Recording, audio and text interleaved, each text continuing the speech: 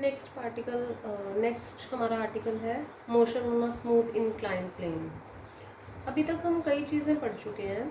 जब हम दो पार्टिकल्स किसी स्ट्रिंग से कनेक्ट कर लेते हैं तो या तो हम उस स्ट्रिंग को पुली पे हैंग कर देते हैं जिसमें दोनों पार्टिकल्स जो है वो फ्रीली हैंग हो जाते हैं। कई बार हम एक पार्टिकल को टेबल पे रख देते हैं और दूसरे को फ्रीली हैंग करा देते हैं। इस बार हमने क्या किया है, ये स्ट्रिंग हम ऐसे पास तो करा रहे हैं बट इस बार हम एक पार्टिकल को इंक्लाइंड प्लेन पे रख रहे हैं और दूसरा पार्टिकल फिर से फ्रीली हैंग कर रहा है। ऑलमोस्ट हम जो पार्टिकल फ्रीली हैंग करता है उसको मास m1 बोलते हैं और जो दूसरा पार्टिकल होता है उसको m2 बोल देते हैं। Now this is the situation कि इस बार हमने जो मोशन पढ़ना है वो उस सिस्टम का पढ़ना है जो इंक्लाइंड प्लेन पे हो रहा है। ठीक है, तो फिर से स्ट्रिंग से दो पार्टिकल्स कनेक्ट कर दिए but string is again passing over a pulley. पर यहाँ एक चीज़ क्या है कि एक मास तो फ्रीली हैंग कर रहा है और दूसरा पार्टिकल जो है वो इंक्लाइंड प्लेन पे पड़ा हुआ है। मतलब ये चीज़ है, एक ऐसे इंक्लाइंड प्लेन था, यहाँ पे एक मास रख दिया पर फिर हमने उस मास को एक स्ट्रिंग से अटैच कर दिया और स्ट्रिंग के दूसरे हिस्से पे एक और मास अटैच कर दिया। तो एक मास आपका फ्रीली हैंग कर रहा है m1 और दूसरा मास जो है वो इंक्लाइंड प्लेन के ऊपर पड़ा हुआ है। तो इस बार हमारा सारा मोशन जो है वो टोटली चेंज हो जाएगा क्योंकि अभी तक दोनों पार्टिकल्स या तो वर्टिकल मोशन फॉलो कर रहे थे या एक पार्टिकल टेबल पे होता था तो वो हॉरिजॉन्टल मोशन फॉलो कर रहा था और दूसरा वर्टिकल कर रहा था। अब क्या हो रहा है, एक तो वर्टिकल मोशन फॉलो कर रहा है और दूसरा इंक्लाइंड प्लेन पे मोशन फॉलो कर रहा है। तो इंक्लाइंड प्लेन पे हमारे लिए जो सिस्टम होता है वो काफ़ी अलग तरीके का होता है। अब मान लो ये पार्टिकल m2 इंक्लाइंड प्लेन पे है तो इसका वेट m2g नीचे की तरफ आ रहा होता है। हम यहाँ पे एक परपेंडिकुलर ड्रॉ कर देते होते हैं। m2g जो वेट है उसके ऊपर कंपोनेंट बनाते हैं। सपोज जो प्लेन है वो अगर अल्फा एंगल पे इंक्लाइंड है तो इधर आपका m2g कॉस अल्फा जाता है, ये सबको ध्यान ही होगा, किया हुआ है already. This is m2g sine alpha. Okay, इधर equal and opposite reaction will be there. अब m2g साइन अल्फा नीचे की तरफ है और ये दोनों मासेस जो है वो एक स्ट्रिंग से कनेक्टेड है तो इसका वेट नीचे की तरफ आ रहा है। पर जब प्लेन पे बात हो रही होती है तो यहाँ m2g साइन अल्फा और ऑपोजिट डायरेक्शन में स्ट्रिंग में क्या आ जाएगी, टेंशन। और इस वेट की वजह से ऑब्वियसली इधर भी क्या आ जाएगी, टेंशन। तो इस बार हमारा जो सिस्टम है वो काफ़ी डिफरेंट हो जाएगा, ऑलमोस्ट डिफरेंट हो जाएगा। ठीक है, अब इसमें अगेन दो आर्टिकल्स हैं। एक है constraint motion along a smooth inclined plane जिसमें हम दो मासेस को एक स्ट्रिंग से कनेक्ट करेंगे। अब इसको सॉल्व करने से पहले जो इंक्लाइंड मोशन है उसको पहले सिंपल पढ़ा गया है। हम हम तो इसमें सारे टॉपिक्स कर रहे हैं two particles connected by string के, बट उससे पहले देखा गया है कि अगर इंक्लाइंड प्लेन पे कोई भी पार्टिकल रख दिया जाएगा तो वो कैसा मोशन फॉलो करेगा। आप लोगों ने सेकंड चैप्टर में दो तरह के मोशंस पढ़े थे।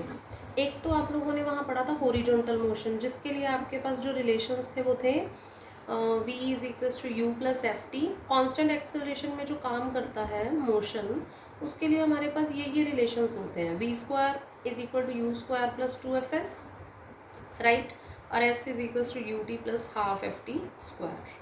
ये आपके थे हॉरिजॉन्टल मोशन के तीन रिलेशंस। ठीक है, फिर आप इसमें एक आधा कोई और भी कर लेते हो कि nth सेकंड में कितना मोशन कवर किया, ये सब कुछ।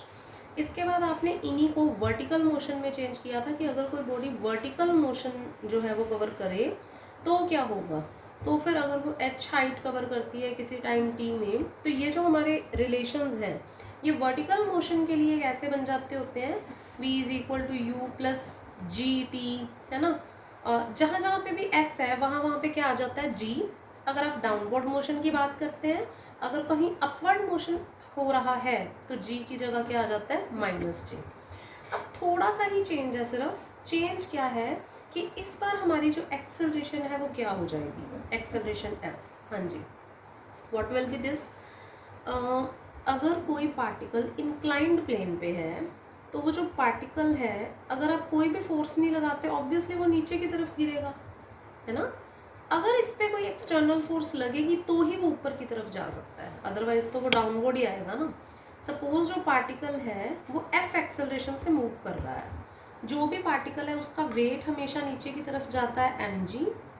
इस तरह से हम अल्फा एंगल पे परपेंडिकुलर ड्रॉ करते हैं, इधर आता है एम जी कॉस अल्फा वाला कंपोनेंट, इधर आता है एम जी साइन अल्फा वाला component. M g cos alpha की इक्वल एंड अपोजिट क्या पड़ी होती है, आर, ठीक है। अब अगर हम इक्वेशन ऑफ मोशन की बात करते हैं तो इक्वेशन ऑफ मोशन क्या होगी, अगर पार्टिकल नीचे की तरफ आ रहा है तो इक्वेशन ऑफ मोशन हो गई m g sine alpha minus zero, क्योंकि इस तरफ कोई फोर्स नहीं है। देखो ये आर्टिकल जब डील करेंगे तो यहाँ दो पार्टिकल्स हैं, तो यहाँ टेंशन वाली फोर्स अपीयर हो जाएगी, पर अभी तक अगर यहाँ सिंगल पार्टिकल है तो इसको अपोज करने के लिए कोई फोर्स नहीं है। यहाँ अगर कोई पार्टिकल पड़ा है तो ऑब्वियसली वो नीचे आना शुरू हो जाएगा। कोई भी पार्टिकल, चौक है, अपन उसको डाइस पे रखते हैं तो क्या वो खड़ा रहता है, नहीं रहता ना। चौक को ऐसे रखा तो वो नीचे स्लिप करना शुरू कर देता है अपने वेट की वजह से। तो जैसे ही आप उसको रखोगे वो नीचे स्लिप करेगा। तो m g sine alpha minus zero is equal to, equation of motion यही थी ना, effective force is equal to m f. बस आप इसको सिंपली सॉल्व करिए, एम से एम कैंसिल हो गया, जो आपका एक्सेलरेशन एफ है वो क्या बन गया, जी साइन अल्फा। तो अब जितने भी क्वेश्चंस में पार्टिकल इंक्लाइंड प्लेन पे पड़ा होगा ना, सेम है बिल्कुल। जैसे हॉरिजॉन्टल मोशन को वर्टिकल में चेंज किया था तो जहाँ जहाँ एफ नज़र आ रहा था वहाँ वहाँ क्या आ गया था, जी ना। तो अब जो मोशन हम पढ़ रहे हैं वहाँ पे जी की जगह क्या आ गया, इस बार एक्सेलरेशन क्या है। अगर कोई पार्टिकल को आप फ्रीली फॉल कराते हो नीचे तो वो जी एक्सेलरेशन से आएगा, पर अगर किसी डाइस पे रख देते हो, इंक्लाइंड प्लेन पे रख देते हो, फिर उसमें एफ कितना हो गया, जी साइन अल्फा। तो ये देखो आप लोग डायरेक्ट देख सकते हो, जहाँ जहाँ भी हमारे रिलेशंस में एफ होता था, v is equal to u plus f t होता था हमारा रिलेशन, है ना, या v is equal to u plus g t, जहाँ जहाँ भी g होता था अब वो किससे रिप्लेस हो जाएगा, g साइन अल्फा से। तो v is equal to u plus g sine alpha t, v square is equal to u square plus q g h होता था तो ये हो गया। ऐसे ही s is equal to u t plus half g t square, just f is replaced by g sine alpha. और अगर हम कह देंगे कि पार्टिकल जो है वो ऊपर की तरफ मूव कर रहा है तो फिर हमें पता ही है कि अपवर्ड मोशन के लिए हम जी को माइनस जी से रिप्लेस करते हैं, यहाँ जी साइन अल्फा को माइनस जी साइन अल्फा से। तो ये तीन फार्मूलाज कर लेना, ये तीन फार्मूलाज कर लेना। उसके बाद ये सारे फार्मूलाज आपने किए हुए हैं वर्टिकल मोशन में। आपने किया था कि अगर किसी बॉडी को फ्रीली फॉल कराया जाए, ऊपर की तरफ फेंक दिया जाए, तो वो ग्रेटेस्ट हाइट कितनी अटेन कर सकती है, टाइम कितना लगता है उसको ऊपर जाके नीचे वापस आने में, ये सब आपने ना सेकंड टॉपिक में किया हुआ है वर्टिकल मोशन में। तो बिल्कुल सारा का सारा सेम है। ये रहा, ये आप लोगों ने वर्टिकली अपवर्ड मोशन किया है ना। अगर आप किसी बॉडी को यू वेलोसिटी से ऊपर की तरफ प्रोजेक्ट कर लेते हो तो वो बॉडी जो है वो ग्रेटेस्ट कितनी हाइट अटेन कर सकती है ना। तो हमने कहा था अगर बॉडी यू वेलोसिटी से ऊपर फेंकी तो ग्रेटेस्ट हाइट अटेन करेगी, मतलब उसका v ज़ीरो हो जाएगा एच हाइट अटेन करने पे। तो अपन जब फॉर्मूला लगाते हैं तो एच ऐसा आ जाता है। बिल्कुल सेम अब भी अगर हम बॉडी को ऊपर फेंकते हैं, हमें पता है कि हमारे पास क्या है, v is equal to u plus g sine alpha t. ऊपर फेंक रहे हो आप तो आप बोलोगे कितने टाइम में बॉडी जो है वो ग्रेटेस्ट हाइट पे पहुंच जाएगी। तो कितने टाइम पे पहुंच जाएगी, टाइम इससे निकल सकता है, और कितनी हाइट पे पहुंच जाएगी वो सेकंड रिलेशन से निकल जाएगा, ठीक है। तो कितने टाइम में पहुंच जाएगी, हमने यू वेलोसिटी से बॉडी को ऊपर फेंका, कितने टाइम में वो हाईएस्ट पॉइंट पे पहुंच गई। हाईएस्ट पॉइंट पे फाइनल वेलोसिटी ज़ीरो हो जाती है ना, जस्ट फाइनल वेलोसिटी को ज़ीरो पुट कर दो, ये देखो टी आ गया।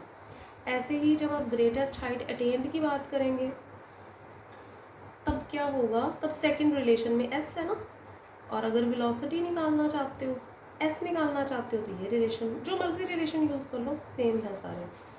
तो v square is equal to u square minus two g sine alpha s. अगर इसमें वी ज़ीरो पुट कर दिया तो एस आ गया, एस का मतलब है ग्रेटेस्ट हाइट अटेन्ड, इसका मतलब है time to reach greatest height, है ना। अब ये हो गया आपका टाइम ऑफ फ्लाइट। आपने वहाँ पढ़ा होगा जितना टाइम बॉडी को ऊपर जाने में लगता है उतना ही नीचे आने में लगता है। टाइम ऑफ फ्लाइट होता है कि बॉडी जिस पोजीशन से ऊपर गई वहाँ से वापस ओरिजिनल पोजीशन पे आ गई, तो ये होता है टाइम ऑफ फ्लाइट, ठीक है। ये आपका टी निकल जाएगा, क्योंकि इसमें आपका कंसेप्ट यूज़ करते हैं कि हमने बॉडी को यू वेलोसिटी से प्रोजेक्ट किया, अपना मोशन फॉलो करके बॉडी उसी पॉइंट पे वापस आ गई तो उसकी डिस्प्लेसमेंट ज़ीरो हो गई ना। डिस्प्लेसमेंट ज़ीरो मतलब एस को ज़ीरो पुट कर दिया, जैसे ही एस को ज़ीरो पुट किया वहाँ से दो टाइम आ गए कि कब कब बॉडी की डिस्प्लेसमेंट ज़ीरो थी। एक तो इनिशियल पॉइंट पे, एक जब वो अपना पाथ फॉलो करके वापस आ गई। तो ये होता है पूरा टाइम। ये देखो आपने ऑब्जर्व किया होगा, जितना टाइम ऊपर जाने में लगता है उतना ही नीचे आने में लगता है। इसीलिए जब टाइम ऑफ फ्लाइट करते हैं ना तो वो 2 टाइम्स हो जाता है। वहाँ पे होता है 2u/g total time of flight. ऊपर जाने के लिए u/g, नीचे आने के लिए भी u/g। यहाँ g की जगह g साइन अल्फा आ गया। ये मैं बुक से इसलिए बता रही हूँ कि टाइम थोड़ा कम है, थोड़ा सा स्पीडली हो जाएगा टॉपिक। उसके बाद भी अगर किसी को कोई डाउट हो तो व्हाट्सएप करके पूछ लेना। अब यही same article m1 m2 connected by a string. अभी तो मैंने बताया है कि अगर कोई भी बॉडी इंक्लाइंड प्लेन पे पड़ी है तो उसका मोशन कैसा होता है, वो इन इक्वेशंस को यूज़ करता है। ठीक है। अब अगर उस पार्टिकल को किसी और मास m1 से भी बांध दिया जाए और स्ट्रिंग को फिर से पुली के ऊपर से पास करा दिया जाए तो आपकी सिचुएशन ऐसी हो जाएगी। ये हमने बात करी हुई है ऑलरेडी, है ना। ये जो है ये इंक्लाइंड प्लेन है, यहाँ पुली लगी हुई है, आपने इस तरह से स्ट्रिंग पास करवा दी। m1 is hanging freely, m2 is placed on a inclined plane. फिर वही आप लोग m2 के कंपोनेंट्स बना लेना। इधर m2g cos अल्फा आ जाएगा, इधर m2g sin अल्फा आ जाएगा, इधर equal and opposite reaction r, और इनकी आपस में एक दूसरे की वजह से स्ट्रिंग में जो टेंशन अपीयर हो जाएगी वो हो जाएगी आपकी t। ठीक है। अब फिर इक्वेशन ऑफ मोशन की बात है। हम कहते हैं अगर m1g, अब देखो ध्यान से, इसमें एक चीज़ बहुत ध्यान देने वाली है। यहाँ डाउनवर्ड कितना वेट अपीयर होगा m1g, क्योंकि सारा का सारा मास m1 फ्रीली हैंग कर रहा है तो m1g वेट डाउनवर्ड डायरेक्शन में एक्ट करेगा। But m2 is not hanging freely here. जो m2 का कंपोनेंट है ना, वो देखो ये तो है m2g cos अल्फा और ये है m2g sin अल्फा। तो क्वेश्चन आता होता है ज़्यादातर जिसमें ये मास तो बड़ा होता है, ये छोटा, बच्चे कह देते हैं इधर मोशन हो जाएगा। तो ऐसा नहीं है, आपको m1g और m2g sin अल्फा को कंपेयर करना है बच्चे। फ्रीली हैंगिंग नहीं है ना, इस तरफ तो m2g sin अल्फा लग रहा है, इस तरफ m1g लग रहा है। अगर m1g m2g sin अल्फा से बड़ा है फिर तो जो मोशन होगा वो m1 का डाउनवर्ड स्टार्ट हो जाएगा, m2 का अपवर्ड। बट अगर m2g sin अल्फा m1g से बड़ा हुआ फिर m2 डाउनवर्ड और m1 अपवर्ड। तो it depends on the situation. अब हम यहाँ मान सकते हैं कुछ भी अपनी मर्जी से कि कौन डोमिनेट कर रहा है। जैसे यहाँ शायद सपोज किया है कि m1g डोमिनेटिंग है और m1g का जो मोशन है वो डाउनवर्ड हो रहा है। हाँ जी, एक सेकेंड, इक्वेशन ऑफ मोशन से पता लगेगा ना। अगर m1g डाउनवर्ड आ रहा है तो देखो m1g की इक्वेशन ऑफ मोशन क्या बनेगी, ये आपकी बन जाएगी, m1 नीचे आ रहा है ना तो m1g minus T, effective force हो गई m1 के लिए, इज इक्वल टू m1f। ठीक है। और m2 ऊपर की तरफ जाएगा तो उसकी इक्वेशन बनेगी t minus m2g sine alpha is equal to m2f। ठीक है। हम मान के चल रहे हैं कि m1 अगर डाउनवर्ड आए। अब आप देखो यहाँ क्या सपोज किया है, यही किया है, let f be the acceleration of mass m1 falling vertically downward. ठीक है। तो आपकी इक्वेशन ऑफ मोशन बन जाएगी, अगर m1 नीचे आएगा तो m2 ऊपर जाएगा, m2 ऊपर जाने का मतलब है t minus m2g sine alpha is m2f। Equation 1 clear हो गई होगी, इक्वेशन 2 भी हो गई होगी। सीधी इक्वेशन से कुछ नहीं किया है, दोनों को ऐड कर दो, देखो t कट गया, f आ गया। अब f की वैल्यू इक्वेशन 1 और 2 दोनों में से किसी में भी पुट कर दो, t आ जाएगा। ठीक है। अब उसमें हमने बात देखो तीनों केसेस की कर ली। अगर आपको ये आर्टिकल आता है तो आपको तीनों केसेस करने पड़ेंगे। ठीक है। एक्सेलरेशन f निकाल के देखो अब वही चीज़ की गई है कि अगर m1 डाउनवर्ड मूव करता है तो f कैसा होगा। m1 अगर डाउनवर्ड मूव कर रहा है इसका मतलब f पॉजिटिव है ना, क्योंकि हमने बोला है m1 डाउनवर्ड मूव कर रहा है f एक्सेलरेशन से। जब तक f पॉजिटिव रहेगी m1 नीचे आएगा। तो हमने कहा m1 अगर डाउनवर्ड मूव कर रहा है तो f पॉजिटिव है, f पॉजिटिव मतलब ये पॉजिटिव।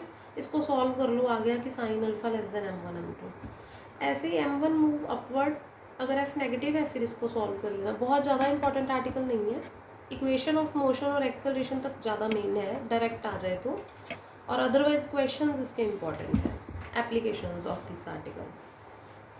नो मोशन, अगर एक्सेलरेशन f 0 हो गई फिर कोई मोशन ही नहीं होगा। इसका मतलब हो जाएगा कि m1g और m2g साइन अल्फा बराबर है। ठीक है। तो sine alpha direct m1 upon m2 के इक्वलेंट है, राइट। अब इसमें भी आपको या तो एफ़ पूछा जा सकता है जो आपने निकाल लिया, या टेंशन पूछी जा सकती है। एफ़ की वैल्यू यहाँ पुट कर दो, टी आ जाएगा सॉल्व करके। बस ये देखो एफ़ आपने वहाँ निकाल लिया था। ये केसेस हैं, ठीक है। केसेस के बाद फिर आर्टिकल शुरू हो गया। एफ़ की वैल्यू पुट करो, टी आ गया, टी सॉल्व कर लो। आगे अपना टी क्या होता था, m1 m2 upon m1 plus m2 into जी, इस तरह का होता था। इस बार साथ में 1 प्लस साइन अल्फा लग गया है, ठीक है। और प्रेशर ऑन द पुली, देखो कई आर्टिकल्स आप लोगों ने कर लिए। इस बार प्रेशर ऑन द पुली क्या होगा, ये डायग्राम नीट एंड क्लीन है, इसमें देख लो। आगे आप लोगों के पास जो अलग अलग तरीके के केसेस थे उसमें क्या था, या तो दोनों मासेस जो है वो ऐसे वर्टिकली डाउनवर्ड होते थे, तो आप कहते थे इधर भी टी टेंशन है, इधर भी टी टेंशन है, तो रिजल्टेंट मतलब 2T प्रेशर ओवर द पुली, ऐसा होता था। अगर एक पार्टिकल टेबल पे पड़ा हुआ है और एक नीचे हैंग कर रहा है, तब इधर भी टेंशन टी थी, इधर भी टेंशन टी थी, तो अपन ने फॉर्मूला लगाया था p² plus q² under root, तो √2T आपकी टेंशन आ गई थी। अब हम कह रहे हैं कि इंक्लाइंड प्लेन पे है एक पार्टिकल और एक पार्टिकल जो है वो फ्रीली हैंग कर रहा है, ठीक है। अब अगर एक पार्टिकल इंक्लाइंड प्लेन पे है m, इसकी वजह से टेंशन T है और यहाँ इसकी वजह से टेंशन T है, ओके। आप कहते हो कि अगर हम इंक्लाइंड प्लेन की बात करते हैं,